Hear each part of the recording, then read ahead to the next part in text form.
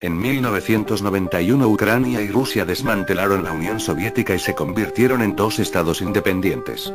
Ucrania confirmó su independencia en el referéndum del 1 de diciembre de 1991, eligiendo a Leonid Kravchuk como presidente.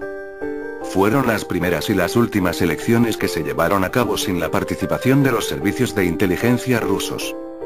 Las relaciones entre Kravchuk y Rusia desde el principio iban mal. Kravchuk era obstinado, eso no le gustaba a Moscú. No consiguieron dividir la flota del Mar Negro ya que Ucrania perseguía una política independiente, sin escuchar a Moscú. Y el Kremlin llegó a la conclusión de que el presidente tenía que ser sustituido. En el horizonte apareció, de acuerdo con Moscú, un candidato decente a la presidencia, Leonid Kuchma. En ese momento, los servicios de seguridad rusos constantemente cambiaban de nombres, pero lo diremos con su nombre actual, el FSB ruso. Los servicios de inteligencia rusos accedieron a Ucrania a través de su personal de confianza de Donetsk y Dnipropetrovsk.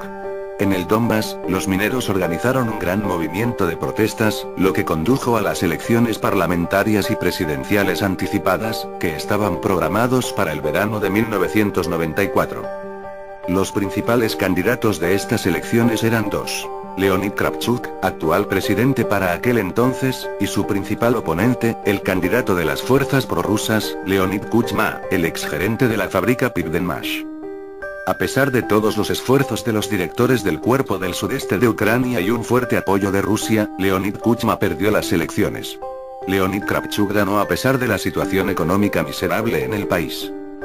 Pero los servicios de seguridad rusos no se rindieron haciendo participar en el asunto a los mismos espías del centro del FSB de Donetsk y Lugansk, los que jugaron un papel importante en el recuento de los votos de estas provincias.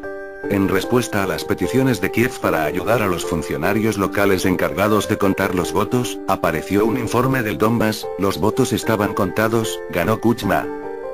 Kravchuk no podía contradecir a la mafia, esto solo podría destruir el país. Kravchuk aceptó entregar el poder a Kuchma. Mientras tanto, durante la inauguración y la transferencia de la autoridad, empezaron los disturbios en la península de Crimea. Allí comenzó la era de Meshkov. Kuchma se comprometió a ser obediente y Meshkov fue llevado a Moscú. En principio las relaciones con Kuchma iban bien. El problema sobre la flota fue resuelto. El complejo industrial militar de Ucrania trabajó para Rusia, ambos lados se llevaron buenas ganancias de los negocios del gas ruso. Después de sopesar los pros y los contras, Moscú decidió renovar el mandato de Kuchma. Uno de los principales opositores fue el líder del movimiento popular de Ucrania, el antiguo disidente soviético, Vyacheslav Chornovil. Sin embargo, este muere en un extraño accidente de tráfico.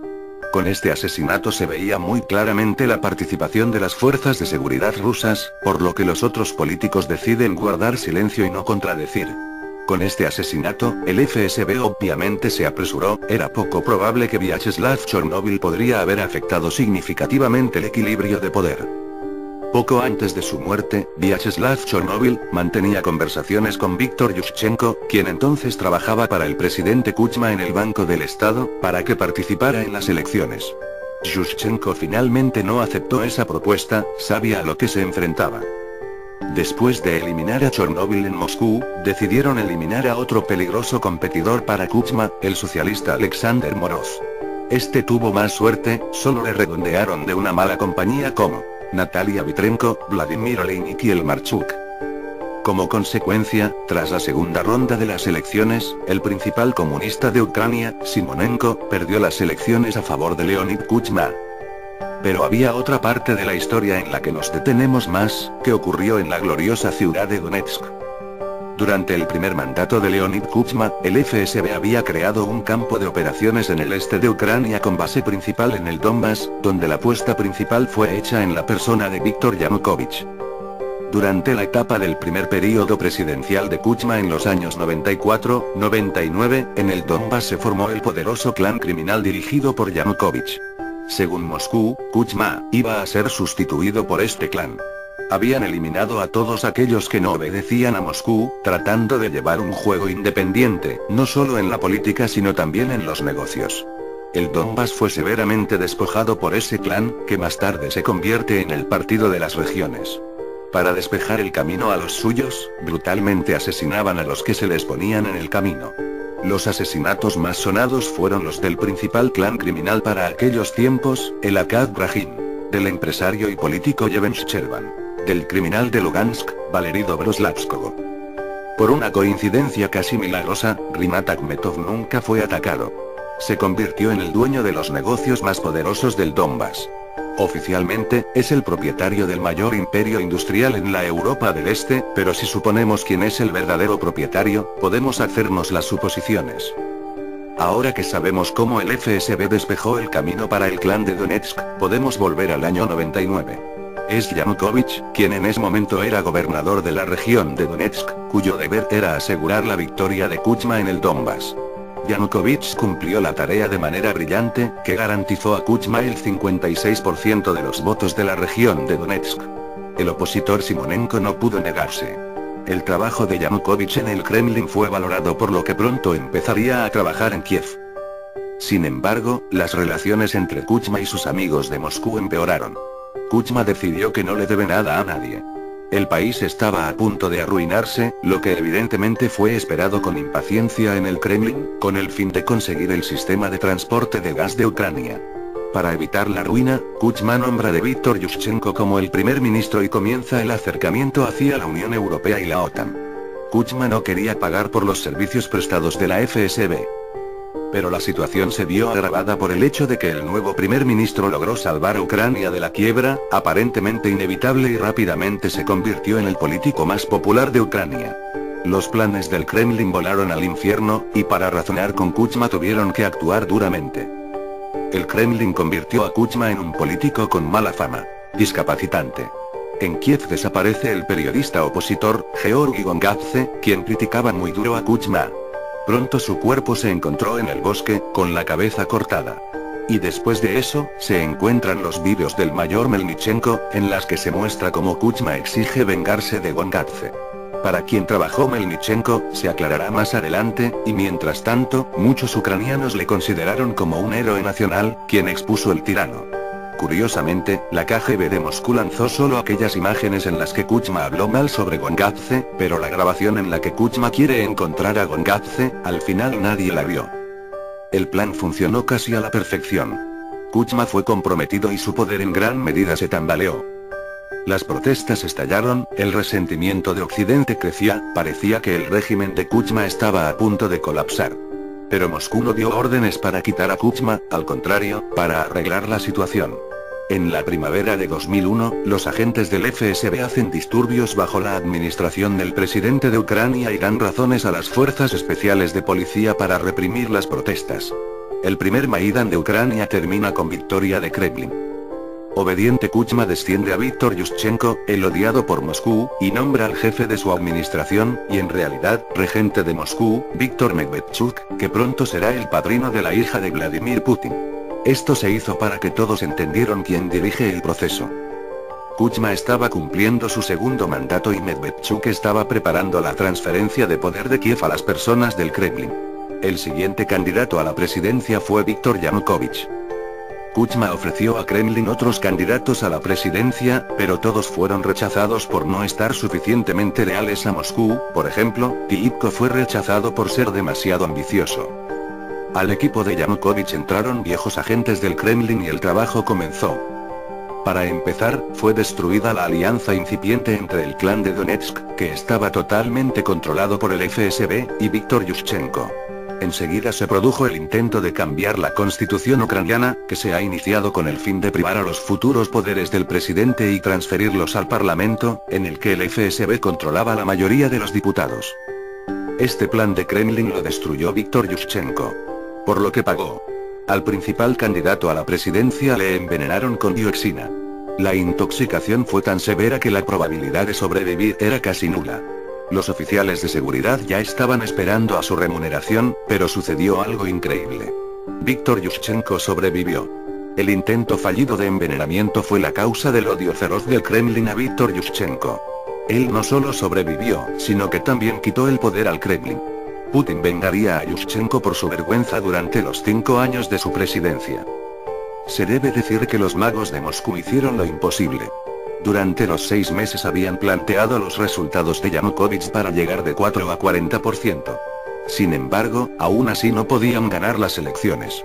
Si el Kremlin hubiera elegido a alguien sin antecedentes penales, la victoria habría sido en el bolsillo, pero las elecciones fueron manipuladas descaradamente. En Kiev se formó otro Maidán, como resultado del cual el poder recibió el equipo de Víktor Yushchenko. Sin embargo, para el deleite de Moscú, Yushchenko recibió este poder por poco tiempo. Yushchenko no entendía con quién estaba tratando. Sus intentos de construir una política nacional basada en el diálogo fracasaron. No está claro por qué el Kremlin odiaba tanto a Víktor Yushchenko. En 2010, el FSB recibe el premio, con el cual ni habían soñado.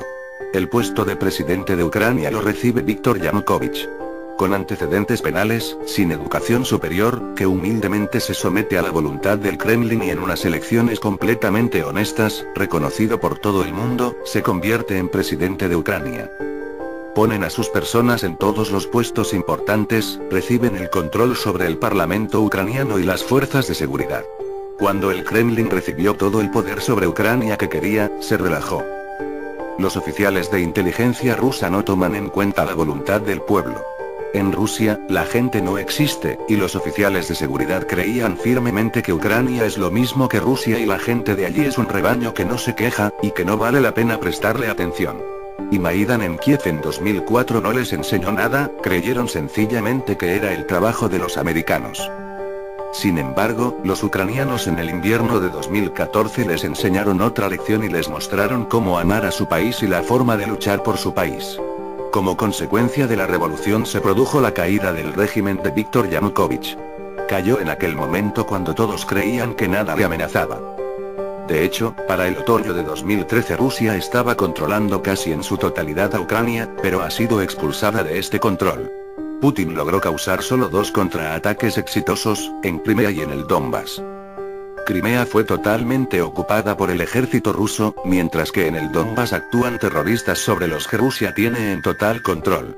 Putin ha tratado de reproducir la situación en el resto del sureste de Ucrania, pero esta no fue exitosa. Si nos fijamos en la situación tal como es, la Crimea ocupada es claramente inferior que la Ucrania en total, que él controlaba en el otoño de 2013. Nadie en el mundo ha reconocido y nunca reconocerá la anexión de Crimea. De hecho, Putin ha creado un problema muy serio para Rusia que no se puede considerar como una victoria. Rusia ha perdido por completo el control sobre Ucrania. Ahora mismo las regiones que el Kremlin consideraba bajo su poder, no lo están. Dnipropetrovsk, Odessa y Kharkov.